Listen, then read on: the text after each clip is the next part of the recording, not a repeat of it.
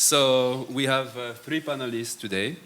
Let me just mention that we have Alan Stern, planetary scientist. You hear his keynote talk at yesterday evening if you were here. Alan is Associate Vice President of the Southwest Research Institute, and he was recently appointed Director of the Florida Space Institute. Is currently trained to fly a series of suborbital space research missions for Virgin Galactic and X-Corps in 2012-2013. Then we have Ariel Wallman. She's the founder of SpaceX. She works previously at NASA for the collab programs to connect communities inside and outside NASA. And finally, we have our local scientist, Peter Jeninsken, who is also my office neighbor, so I know him quite well. He's an expert on meteor shower, author of a book on meteor shower. He's very known for having discovered a fragment of the asteroid 2008 EC3 in the Nubian desert of Sudan. So I'm going to start by giving 3-5 minutes talk to Alan Stern to talk about his view on the commercial space and suborbital science. Okay, well, thank you, Frank. Well, let me begin at the beginning. In 2007, I was running NASA's Science Mission Directorate. That's at NASA headquarters in Washington, D.C. It's about a $5 billion a year budget. It's planetary science, astrophysics, earth science, and helio.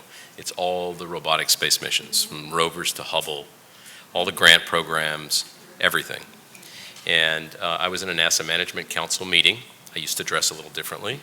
And my boss, Mike Griffin, said to the assembled associate administrators and center directors, we're looking for new ideas for space commercialization and not bullshit ones that make sense. So anybody have a good one, come and see me. So a couple days later, I went upstairs and I said, I have an idea. I think it's really promising. I'd like to fly 100 scientists in space on commercial suborbital. Or at least I'd like to buy 100 tickets and start incentivizing and enabling this industry with some NASA money. But also, I think that the possibilities are really awesome. Think about how we can study the Earth's upper atmosphere better by actually going there on a routine basis instead of rarely. Think about how by finding a much wider variety of people in space, we can get better medical data on a wider population of people adapting to microgravity in the first few minutes. Think about the astronomy applications and think about the education and public outreach applications, and Mike's jaw nearly hit the ground. And he literally said, wait. And he ran to the back of his office, and if you don't know it, the administrator's office connects to the deputy administrator's office. So he knocks on the door and he opens the door and he brings Shanna Dale in the room and he said, Alan's got a good idea. And he tells Shanna about it and he says, what do you think? And she said, we ought to do this. And I could see the excitement on people's face. Now, as it turns out, I left NASA the next year and my successor didn't think this was a very good idea. And then there was an election had have consequences. Mike Griffin was out, somebody else was in. And although NASA's got a program called Flight Opportunities that is flying commercial suborbital, it's flying payloads, not people. So there's a bumper sticker that many of you have seen. It says, think globally, act locally. So when I left the agency and took the position of Vice President at Southwest Research Institute, it came time to negotiate things like salary and benefits, and I thought I would ask for a suborbital spaceflight program. And I was pretty sure that would mean that I wouldn't get the job, but as it turns out, I got a yes, and we bought 9 suborbital space flights, and we're not waiting on the government, we're just leading. As I said in the keynote last night, we have more space flights on tap at Southwest Research than the entire U.S. Astronaut Corps in Houston, and we're only starting. Our motto is first to 50. Who's going to be the first at Southwest to fly 50 times? And we're doing real research. We're doing astronomy, we are doing a space life sciences experiment, and we're doing a microgravity experiment. We'll do each one several times. We have 3 flyers are all in training, centrifuges, jet airplanes, zero-G. All the experiments are built. We're actually waiting on the suborbital providers, Virgin and X-Corps. We have 6 flights on X-Corps and 3 on Virgin. And we've started to organize meetings. Some of you may have been to them. They're called Next Generation Suborbital Researchers Conference. I remember that my successor at Science Mission Directorate said when we put out the announcement for the first one, you'll be lucky to get 50 people in a room. 250 showed up. The next year, 350 showed up, and this year, over 400 people showed up. And that was with a NASA travel ban restriction. These are researchers. There's a huge pin-up demand for this. And there are incredible applications because frequent, routine, inexpensive access to space is the sweet spot. If it was only frequent, but it was expensive, you couldn't take advantage of it. And if it was inexpensive, but only a rare resource, it wouldn't be very useful. But by transforming spaceflight through suborbital commercial from something that's rare to routine is the equivalent of the breakthrough when mainframes became PCs and computing became ubiquitous. So if you can tell, I'm a little excited about this area and ready for your questions, but I know we have other speakers. Ariel, do you want to tell us something about your view on the future of space exploration? Yeah, so I find commercial space exploration to be fascinating and exciting, like most everything else at this conference. But the thing I'm really interested in seeing over time is not only the fact that NASA no longer has a monopoly on space exploration, which has needed to happen for a long time, but it's the fact that commercial space is really putting pressure on the US government to be better at doing international collaboration. And when I talk about this, I'm really talking about the current state of collaboration worldwide when it comes to space exploration or physics or near anything. One of the things that gets in the way of international collaboration in space exploration is ITAR. And ITAR is the International Trade in Arms Regulation. And I'm not an expert in it, but essentially it's something where it treats space exploration and trading information about space exploration similar to the way we would not trade information about building a bomb. And so space exploration gets clumped in with all these other regulations about bombs and other destructive things. What this actually ends up meaning is that it's very difficult for other countries to collaborate with the US because we don't really open up information. As space exploration is becoming more democratized, as there is more commercial space exploration, the US is still not able to share a lot of information that would be very useful. So let's say India develops a payload, but they want to fly it on a US rocket. That's a very difficult thing to do.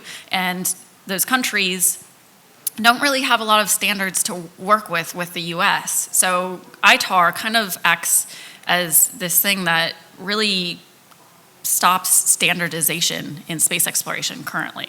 And so this is actually actively discouraging other countries from collaborating with the United States because it is very difficult because a lot of these regulations are seen as very outdated. And so one of the things I'm looking forward to is the fact that we do have a lot of millionaires and billionaires who are playing in space exploration. And I think commercial space exploration will be a place that actually actively puts pressure on the government to either loosen these regulations or kind of rewrite them and rethink them, bring them more up to date, and so that we can actually have more international collaboration. Because I think the US is at just this very sad point right now where other countries have already stopped trying to work with us. They're already collaborating amongst each other. The European Space Agency has pulled out of some really big NASA missions. These are missions where we really needed Europe to help spread the budget around. We don't have enough budget on our own.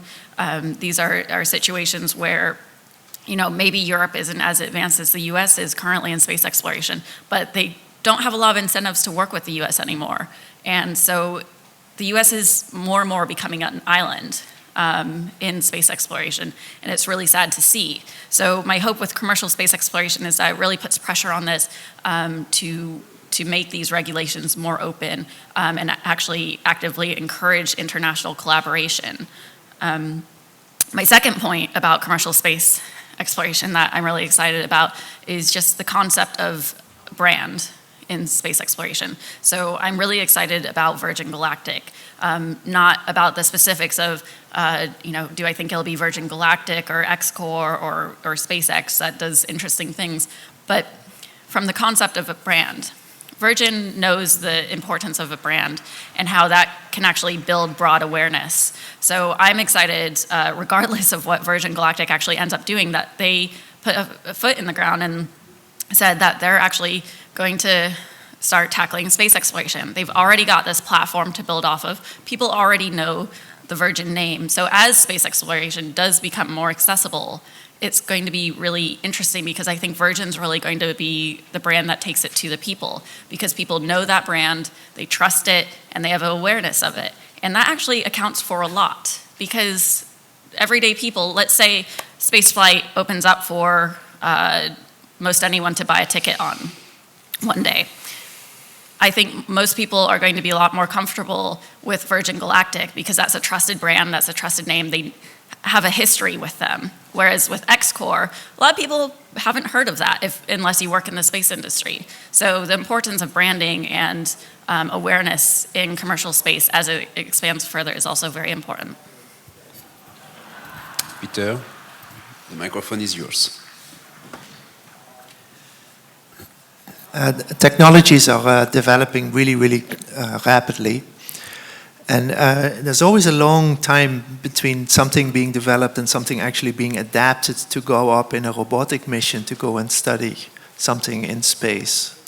And here's an opportunity just at the horizon now that gives opportunities to bring technologies up for study really quickly. So I've organized a number of airborne observing campaigns in the past, where we would invite researchers that have these technologies, are using these technologies for different reasons, to come along and study meteor showers and study re-entry of spacecraft.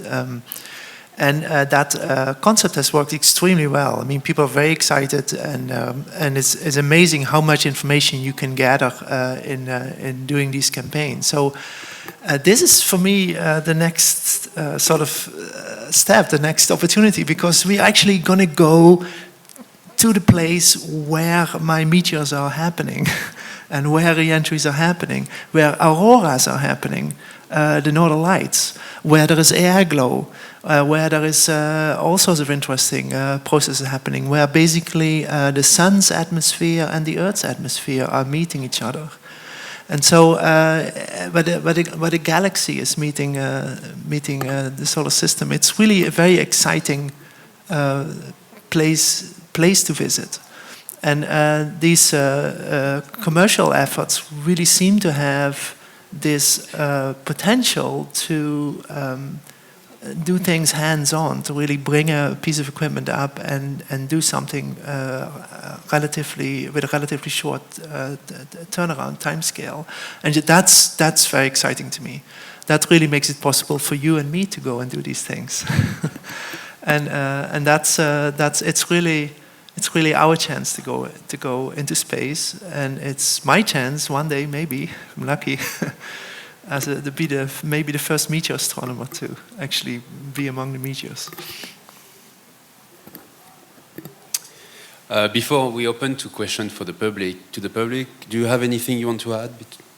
Any comments to what you know? I have a question. It's going to start with a question. Sure. Yeah.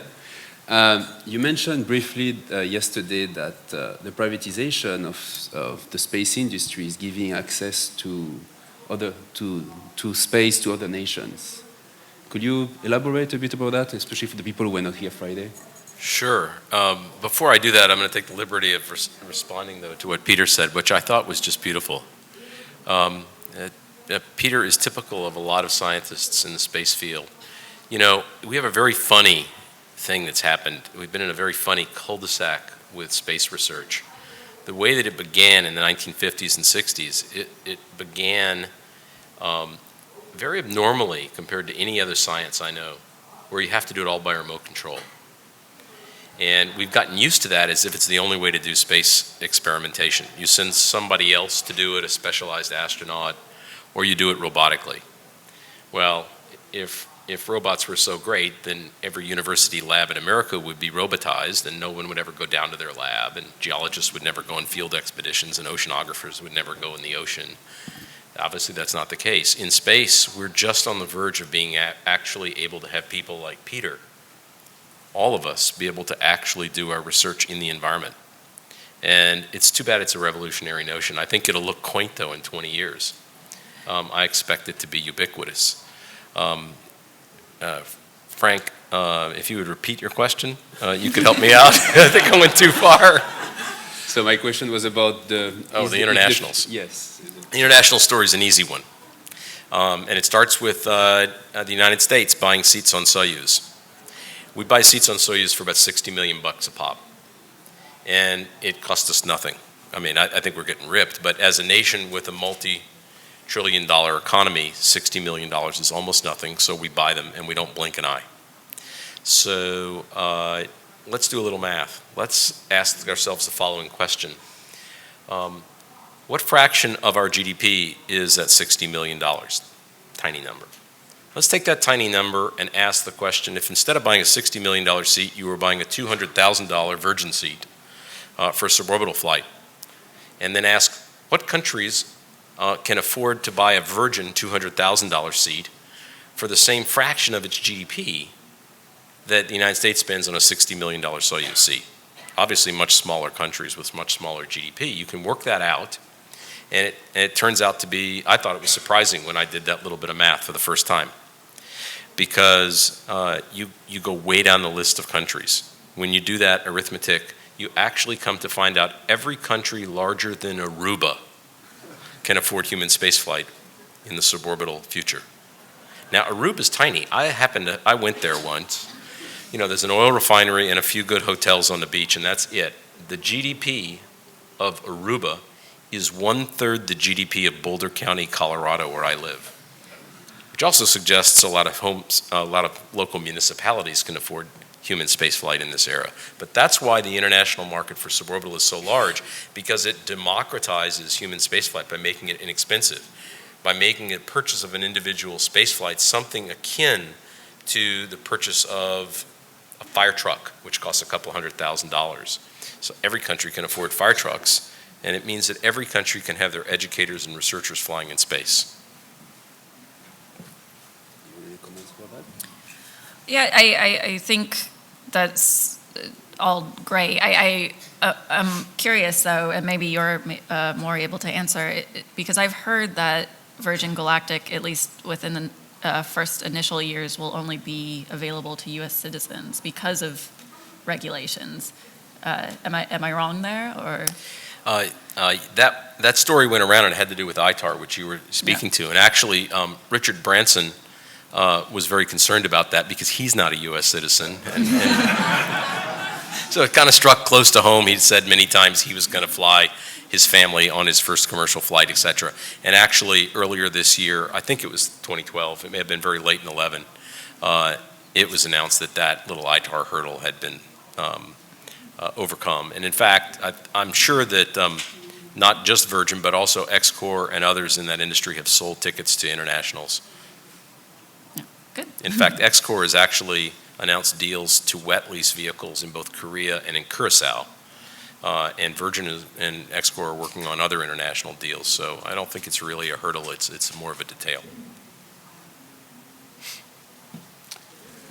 Okay, so we're going to open the floor for questions to the public. And since the room is packed, I'm going to help with the microphone. Let me start with you.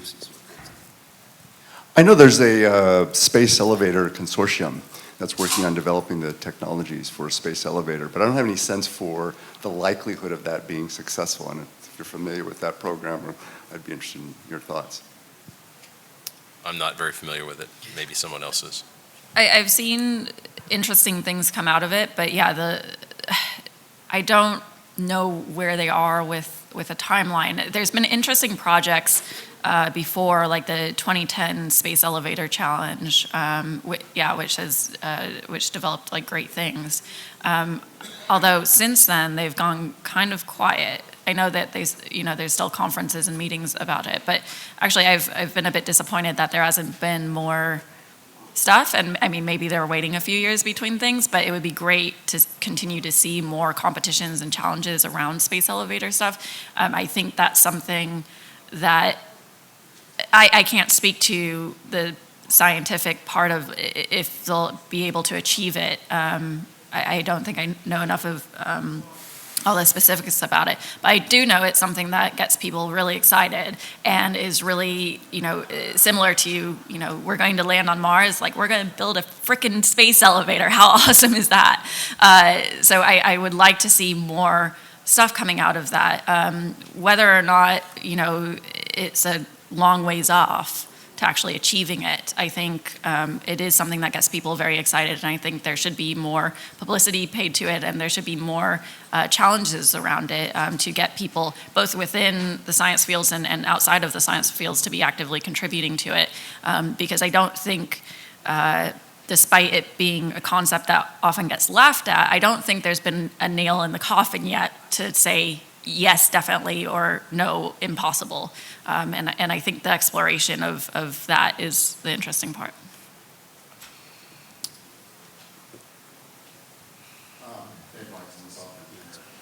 Fuel costs are kind of killing the airline industry. I was wondering how that figures into your industry going forward in particular. Can you keep fuel costs down enough from overwhelming any profitability in this? I guess I'll end up tackling that. I don't believe fuel costs are any significant part of the pie chart for the affordability of commercial suborbital, and that's probably primarily because the vehicles aren't the same kind of commodity that airplanes are. They're built in very small numbers, and so amortizing the non-recurring engineering and the development costs of the vehicles ends up to be the biggest single part of a cost equation, and the fuel. Also in airlines, you're trying to sell a ticket for a few $100s, characteristically, not a few $100,000. So that big denominator also helps keep the fuel to be a relatively small portion of the cost, so it doesn't end up being a driver. But let's hope for the day when prices get cheap enough, it is a driver. Ron Burry from Morgan Hill. The technology used by Virgin Galactic, which is having a mothership, which is also used by Orbital Sciences. What is the limit of that technology to actually put something in orbit in volumes or capacity? Where does it stop? There are a lot of firms that are looking at air launch to use aircraft of one kind or another as first stage. You start with a vehicle higher, there's less drag, you overcome some of the potential energy barrier, and you're moving forward at characteristically half a Mach or 0.8 Mach. And Stratolaunch is a good example, X-Core is a good example, Virgin's talked about doing that. There are half a dozen more firms that are talking about it. And of course, Orbital has been doing it for 20 years, Orbital Sciences. And it has been a niche market, but it appears with the onset of Stratolaunch that it may be a much bigger fraction of the launch market going forward. We'll have to see. What's the limit? I'm interested in space solar power. It's been one of the big ideas for a long time.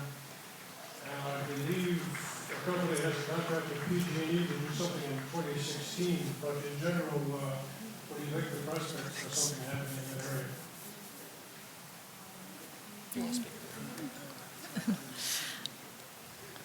I don't think any of us know anything about that. Hi, my name's Joe Urban, and I'm an entrepreneur. And along the lines of the space elevator, one of the premises of the book, Fountains of Paradise, was that they were able to fabricate this magical nanotech material because they could do manufacturing in space. The microgravity enabled this new technology.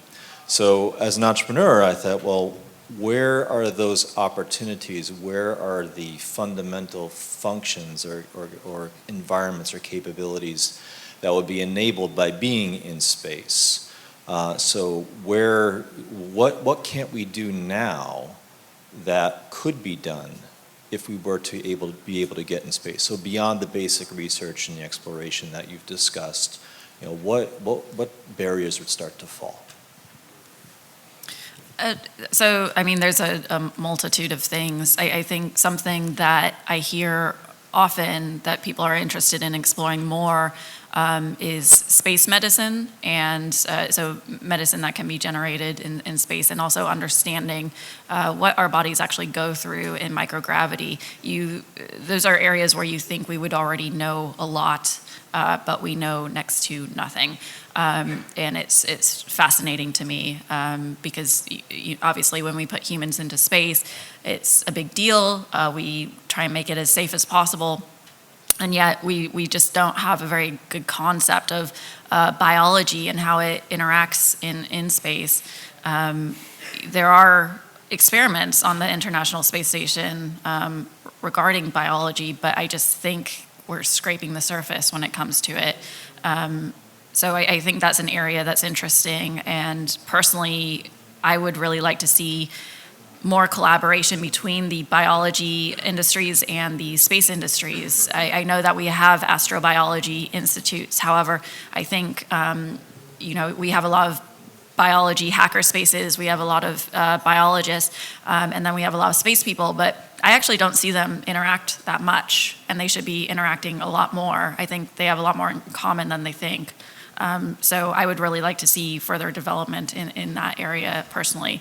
But as far as like other experiments, I don't know. It's the universe is our oyster, so there's a lot to explore.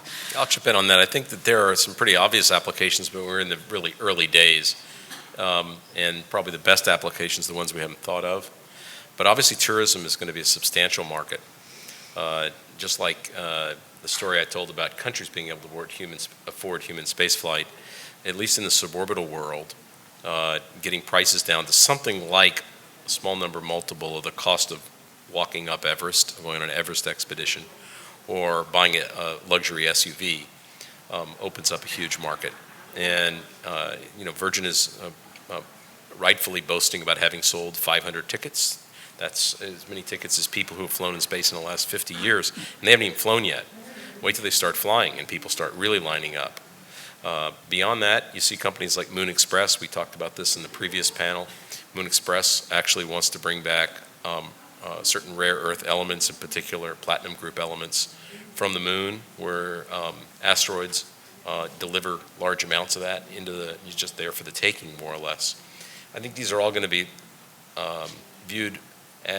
While many of those may be successful, I don't think they're going to be the killer applications of the 21st century for space any more than the original idea of the Spaniards in coming to North America was, that we would find a fountain of youth and large amounts of gold lying around. It turned out that the real economy of North America isn't based on either of those. And they look kind of quaint when you look back on it. But that's the kindling that's getting the fire going. And I think it's very important now that we have multiple legs to this stool, and research isn't the only one. I'm a technology entrepreneur, and my question is related to that.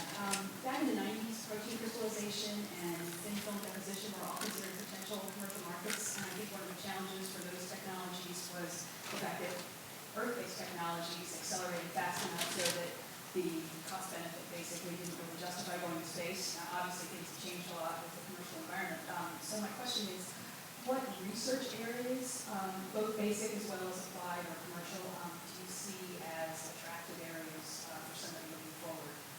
Not just as I said, not just a commercial application, but also basic research.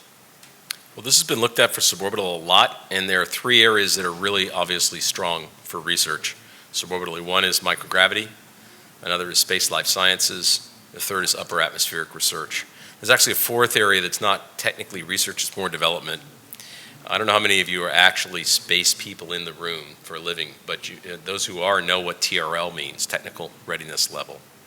And it's a very formalized definition of steps on a ladder from TRL 1 to TRL 9 for how mature your device, whether it's an experiment or a system or a subsystem or whatever, a widget, is in terms of its heritage.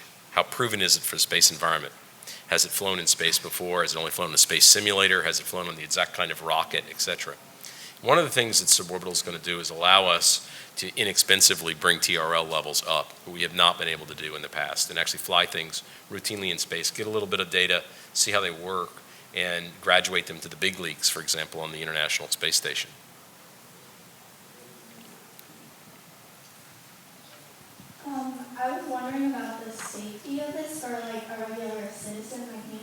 Like, if I wanted to go to space, would I have to be administered tests to determine whether it's okay for me or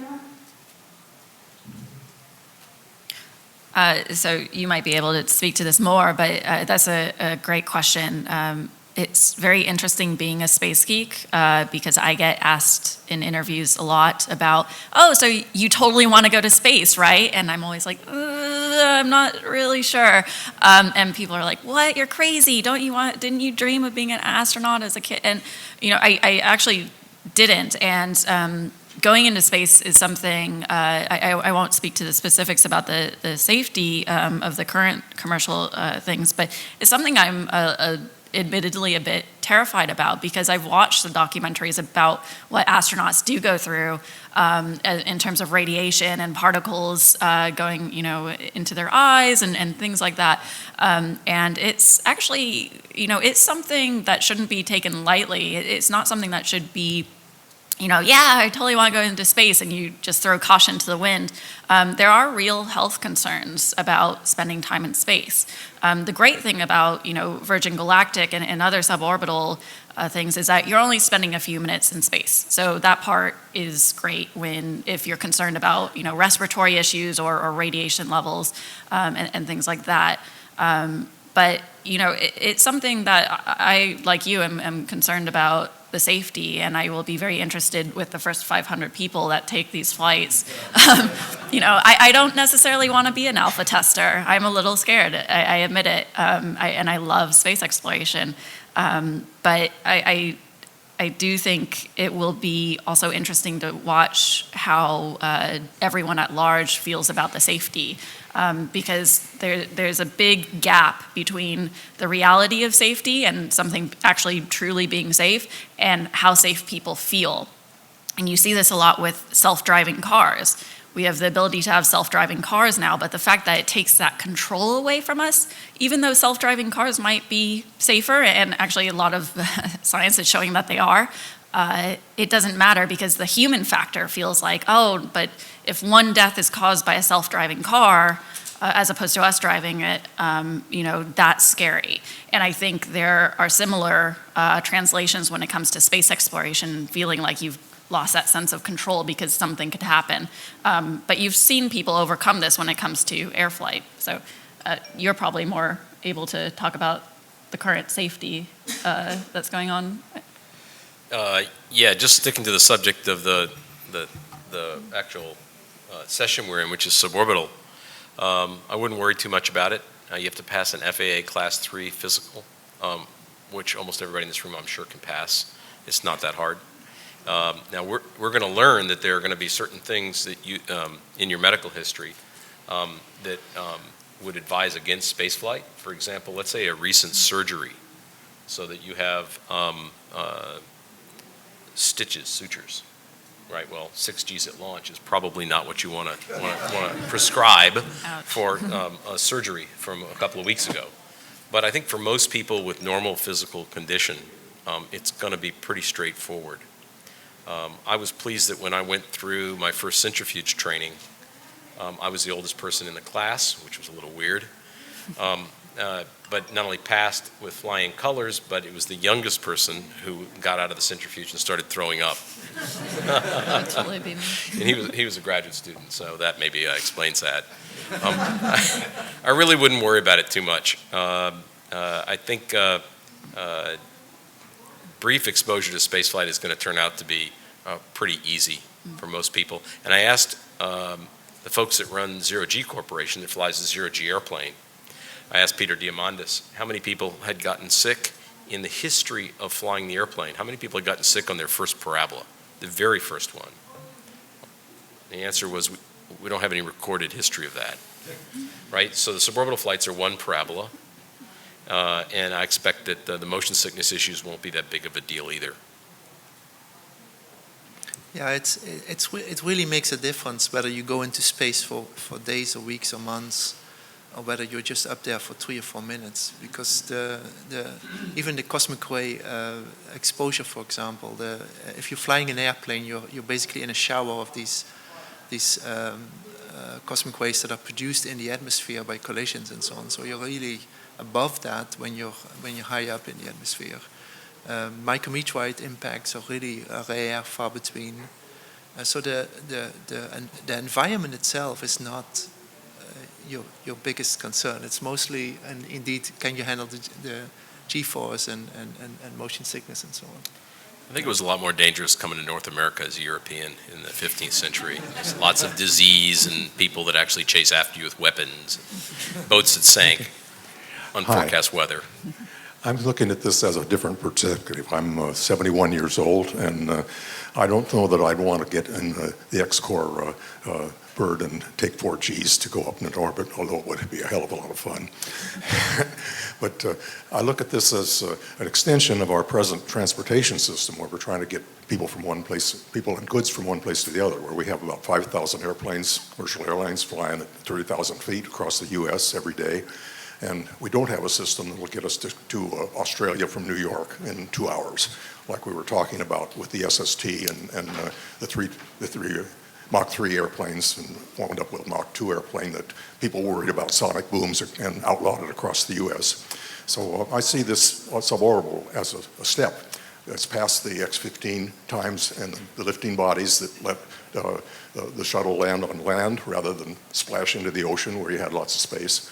And I think we'll get to that spot where we can take off and go to Australia, for instance, in a couple of hours and move goods back and forth economically, assuming we can solve the energy issues. And I think there's needs for that. We'll be solving a lot of this by communications, and we still have an issue of people getting on an airplane and going to Washington, D.C. on a red eye and now having to make a meeting at 9 o'clock their time. But those issues will be resolved, I think. We'll either learn how to take care of our human issues by stem cells or something, learning more about our brains, and there'll be some solutions in that area. I think we'll see something very exciting in the next 20 years, if I live that long. Yeah, can you make comments on that? Well, first I agree with you, and I've been to Australia 3 times and New Zealand once, and the worst part of the journey in all 4 occasions was a series of bad meals on United. A 1-hour flight suggests that you don't need a meal, and so I'm all for it.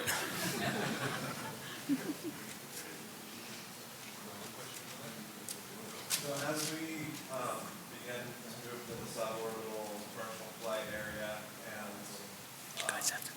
I guess how do you anticipate that will affect developments and deep space exploration, or just moving further into the solar system?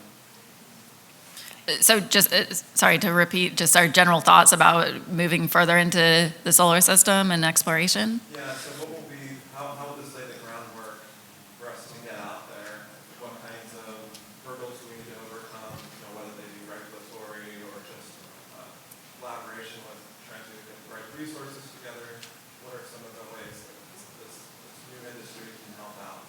Yeah, so with commercial space exploration, I mean, to me, the absolute most exciting part is SpaceX and their extreme commitment to going to Mars and landing a human on Mars, which I think is the right thing to be focusing on, because it's, I do a lot of work in future forecasting and future research, and I think it's more interesting to think about things that are out in the future, but still grounded enough in reality that they can actually happen. So it's not thinking about 1,000 years from now or even 100 years from now, but thinking, 10 to 30 years from now. And, we are currently supposed to have a human in Mars orbit in 2033, and soon after, hopefully have a human on Mars. That's fascinating to me. But yeah, we do have still some regulatory hurdles to overcome. To me, we have huge collaboration hurdles to overcome. And I don't think commercial space is really broadening their reach as to people that they could get help from yet. For instance, SpaceX, they're focusing on the right thing. They're focusing on the engineering, so I cannot fault them for that. However, they're not really like that open yet. You don't have someone besides Elon Musk as sort of the face of, even just running their social media or things like that. And so I'm not claiming that social media is like the future of space exploration, but actually opening this up more to have more types of people actually be able to contribute and actually make real differences in science is a huge hurdle that we have, I think, for going out further in space exploration. An example that I find really fascinating is that the next generation Mars rover, so not Curiosity, not all the ones you've heard about, but the next one that most people haven't heard about, the design for the rover of Mars was inspired by a tumbleweed. And so this is really cool to me.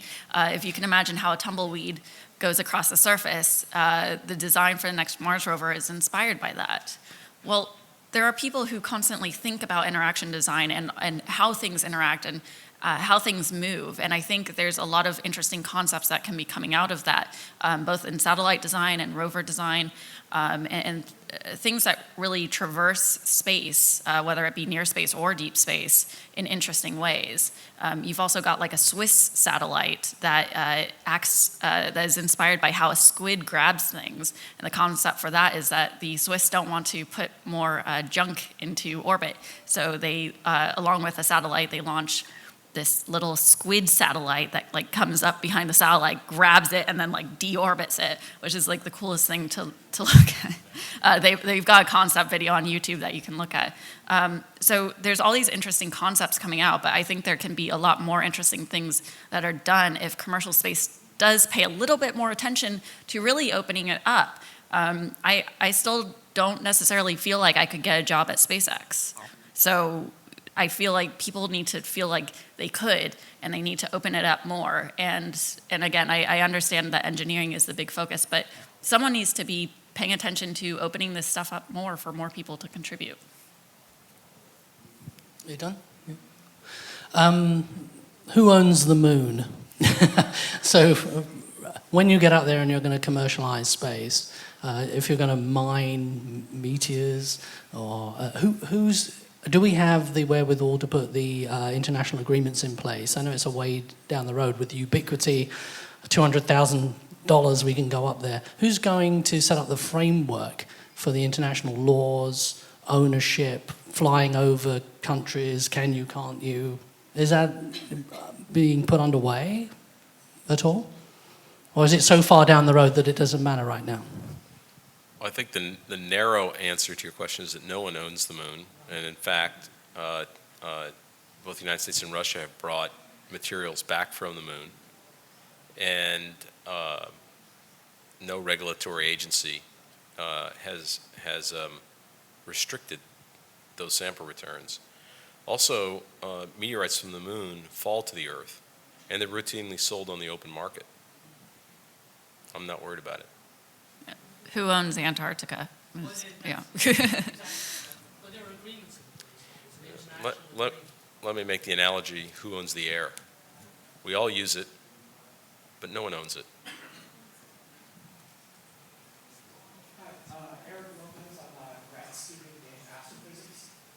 I was just wondering, with SpaceX making this push to deep space, do you think they'll be able to get the same sort of economies of scale for, as in suborbital? You know, say Aruba wants to send a small Mars rover or a telescope on Earth trailing orbit.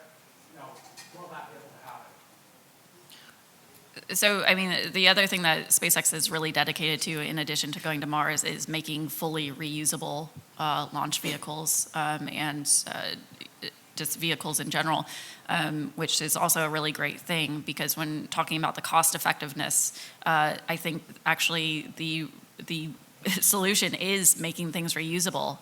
Same way we reuse planes. If we're reusing all these launch vehicles and all the vehicles that go into actually exploring Mars, the cost starts dropping significantly.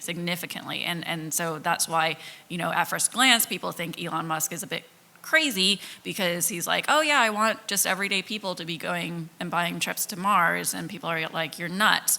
But if you make all these things reusable and you really focus on that, I think it actually does become reasonable, and it starts pulling outside of science fiction and actually becomes science reality. My name is Vince Teopoulos, I'm from Lockheed. I work with manned and unmanned sea vehicles, space vehicles.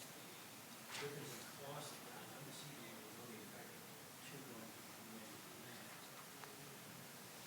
that for space is at least a factor of 10. I'm going to ask Alan, what is the cost increment for a suborbital flight going from man to man doing a science mission? And two, what can a scientist add to such a short flight to access and assimilate that data? Okay, two very different questions. So first, let's speak to the cost model. The cost model question, I think, is best answered. It depends on the cost of the vehicle depends upon the rules under which it was developed. In the standard way that we've done space flight, which has primarily been government-led space flight, we've put ourselves in a pretty bad corner where things are incredibly expensive. Last night when I spoke at the keynote session, I mentioned Burt Rutan's Spaceship One, which broke the mold in terms of private human spaceflight back in 2004. He developed that system from concept through test flight through culmination of the X Prize for $30 million. On a typical NASA science mission, you can't build the camera for $30 million, right?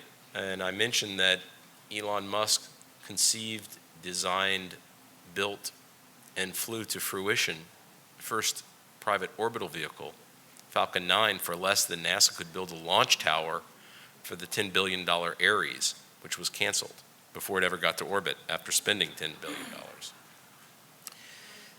The difference between the commercial bottom line and the government bottom line is that there are natural feedback loops and incentives that keep the price low. People spending their own money is generally a good feedback loop for keeping the price low. If you could repeat your other question, I'll try and answer that as well, but you have to jog my memory. Oh, the short duration flight for Oh. suborbital, what does the human? Yeah. So it's not that it's short duration, it's that by putting the human in the loop, you can get rid of all that automation that's expensive. I've flown 26 missions in space. I've never been there, but I can tell you I've spent a lot of money automating things. And the automation is oftentimes not reliable. And so when we can take that out and treat it like a normal laboratory environment where you send the graduate student or professor downstairs and they tinker around, you get a much less expensive system and oftentimes more reliable as well. So it's not that there's something that you can do very fast on the spot, it's that you can remove all those additional costs that go with the automation and all those additional technical risks that go with the automation. That's the advantage of the human in the loop. It's just, let's say a Mars mission, like MLS, is data acquisition and transmission counts as a Well, that's a very different story than suborbital, but I'll submit to you that the Apollo human expeditions to the moon accomplished in 3 days large amounts of science, much more science than could have been accomplished not only with rovers in the 1970s in 3 days, but even in the 2000s. In fact, a typical Apollo mission, what are called the J missions, the more advanced missions that flew, Apollo 15, 16, and 17, accomplished comparable science or probably more science than the 2 Mars rovers that have been on the surface and operating for 6 or 7 years apiece. Put humans in a loop, they're really good at doing field geology. They make discoveries very rapidly, select samples very intelligently, can overcome unexpected problems like a drill bit that gets stuck in the regolith. We're pretty good at doing this stuff as human beings. My name is Andrew Masika. A couple decades ago, there was a notion of a space plane that would ultimately replace the shuttle, a single vehicle that would take off and actually service the space station. Were there problems found with that concept and that led to a single vehicle as a first stage as opposed to a space plane? NASA went through 4 or 5 iterations of trying to replace the shuttle with winged vehicles, and all of those failed to reach orbit, not because they had mishaps, but because they never got off the drawing board. Not a single one got even to critical design review. The programs just became too mired in bureaucracy, too telescoped in time, and too expensive, and they collapsed under their own weight. I'm not an expert, but I don't think that the problems were so much technical, except in one instance, as they were programmatic and managerial. Alan Stern question. You're training for suborbital flight. How do you possibly coordinate that with yourself going to Pluto? Well, fortunately, it's my robot going to Pluto and not I. And the robot's doing just fine and doesn't need me every day. We have time for one more question. Here.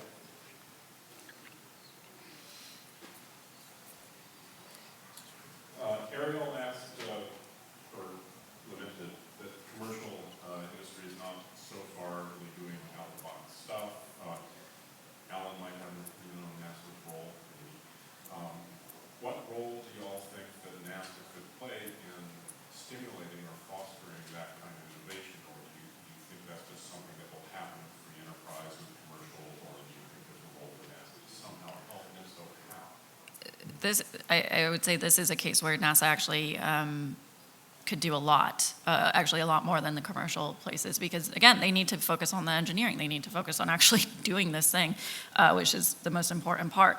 But NASA gets a lot of money, to do education and outreach, to actually have challenges, and that's money that these commercial organizations are not given.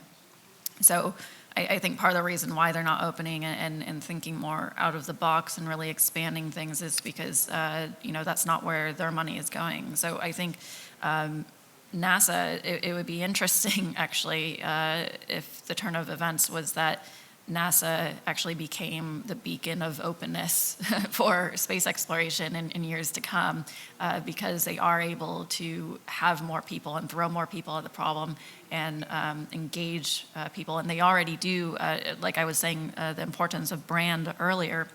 NASA has that brand that people are familiar with, and can actually help expand it more. So I think NASA should definitely pay more focus about that. They've been doing a good job of, in the last couple of years, of being more open and being more proactive about reaching out to people.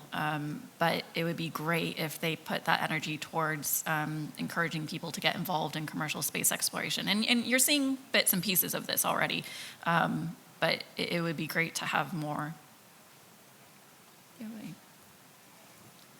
Okay, so we can conclude this panel, but I would like you to basically wrap up your session.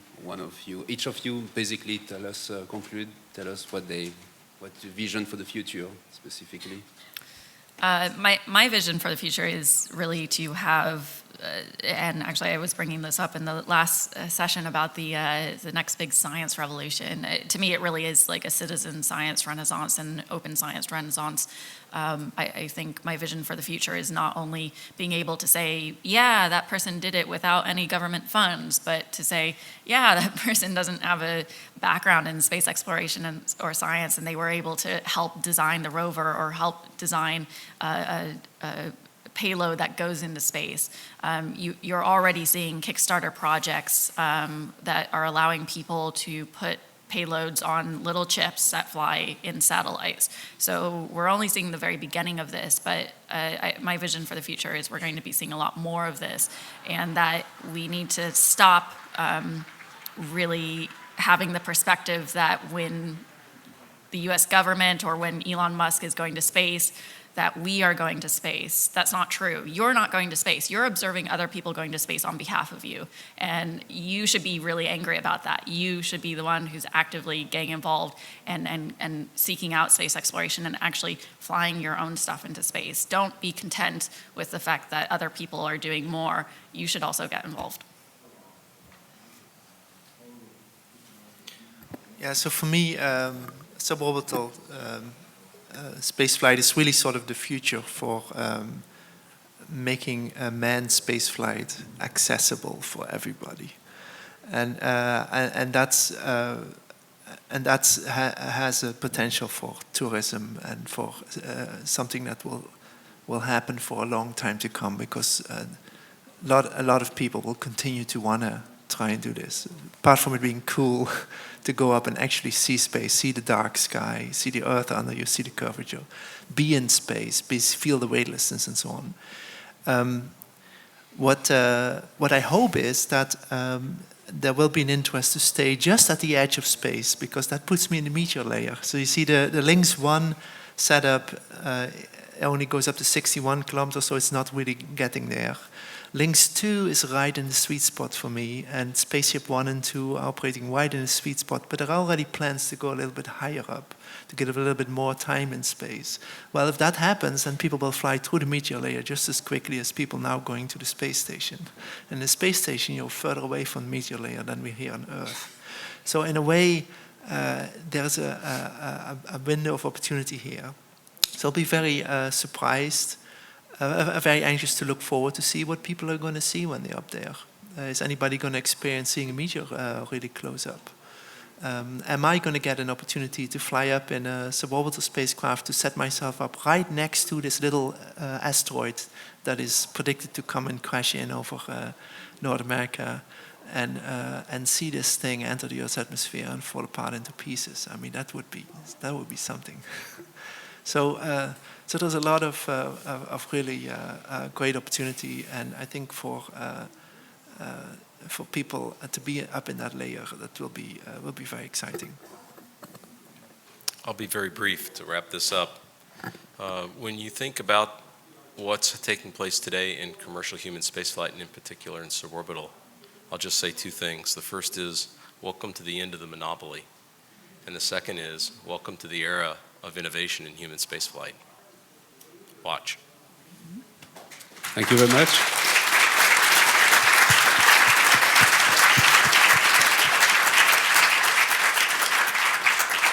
So I remind you that our panelists will be around today and most likely tomorrow, so feel free to talk to them. Thank you for coming. Thanks, Frank. Thank you. I hate this microphone, it's making a voice like if I was speaking. That's okay.